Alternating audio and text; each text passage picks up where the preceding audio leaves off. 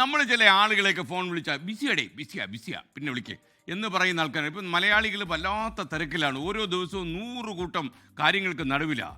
തിരക്കോട് തിരക്ക്, എപ്പോൾ വിളിച്ചാലും തിരക്കാണ്. നീ പിന്നെ വിളിക്കേ, രാത്രി വിളിക്കേ, രാവിലെ വിളിക്കേ, ഇങ്ങനെ വിളിയോടെ വിളി, സംഭവം നടക്കത്തില്ല.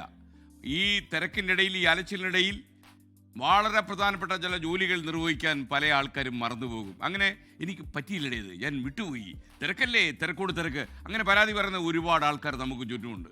അതിന് അവർ പറയുന്ന ന്യായീകരണമുണ്ട്. തിരക്ക് കാരണം എനിക്ക് ശ്രദ്ധിക്കാൻ കഴിയുന്നില്ല, കുറേയേറെ കാര്യങ്ങൾ ചെയ്യേണ്ടി വരുമ്പോൾ ചിലത് കൈവിട്ടു പോകും എന്നൊക്കെയാണ് ന്യായീകരണം.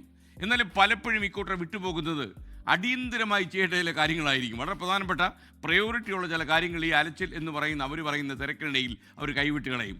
ഇങ്ങനെ കുടുംബത്തിലും തൊഴിലിടങ്ങളിലും വലിയ കുഴപ്പങ്ങൾ ഉണ്ടാകുന്നു. യഥാർത്ഥത്തിൽ നമുക്കിത്തരം പ്രശ്നങ്ങൾ എളുപ്പത്തിൽ പരിഹരിക്കാൻ കഴിയും.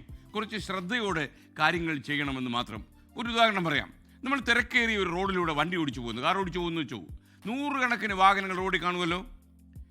ഈ വരുന്ന വാഹനങ്ങൾ ഒഴിവാക്കി, അതായത് നമ്മുടെ നേർക്കുനേർ വരുന്ന വാഹനങ്ങളൊക്കെ ഒഴിവാക്കി കരുതലോടെ ഇടയിലൂടെ കയറി ഡ്രൈവ് ചെയ്യുമ്പോഴും എല്ലാ ട്രാഫിക് സിഗ്നലുകളും സൈൻ ബോർഡുകളും നമ്മൾ കൃത്യമായി കാണും. നമ്മുടെ തലച്ചോറിന് ഇതെല്ലാം ഫിൽറ്റർ ചെയ്യാനുള്ള ഒരു കഴിവുണ്ട്. അതുകൊണ്ടാണ് നമുക്കിങ്ങനെ വണ്ടി ഓടിക്കാൻ കഴിയുന്നത്. അതേസമയം ഈ പലപ്പോഴും മലയാളികൾക്ക് പറ്റുന്ന വലിയൊരു അബദ്ധം എന്താണെന്ന് ചോദിച്ചാൽ, വലിയ വലിയ കോർപ്പറേറ്റ് കമ്പനികളിലൊക്കെ നടക്കുന്നതാണ്.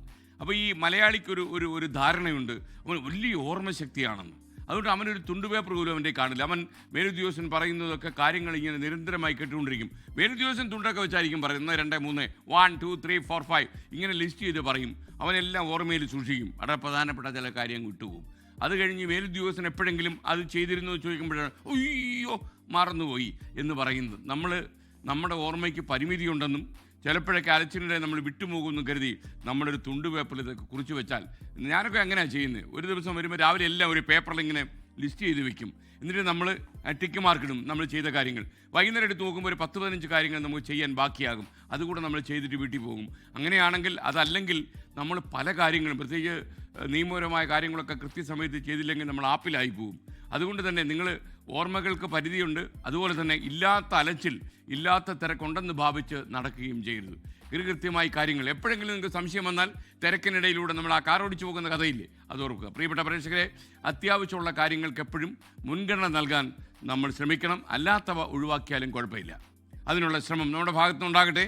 അപ്പോൾ എല്ലാവരും ഈ തുണ്ടുപേപ്പർ കൈവെക്കുന്ന കാര്യമെങ്കിലും ഓർമ്മിക്കണമെന്ന് പറഞ്ഞുകൊണ്ട് ഞാൻ ഇന്നത്തെ സുഭാഷണം അവസാനിപ്പിക്കുന്നു. ലോകത്തെവിടെയായാലും ഏത് സമയത്തും 24 വാർത്തകളും ഓഗ്മെന്റഡ് റിയാലിറ്റി പാക്കേജുകളും എക്സ്പ്ലെയിനറുകളും വിശദമായി കാണാൻ ഞങ്ങളുടെ യൂട്യൂബ് ചാനൽ നിങ്ങൾക്ക് സബ്സ്ക്രൈബ് ചെയ്യാം.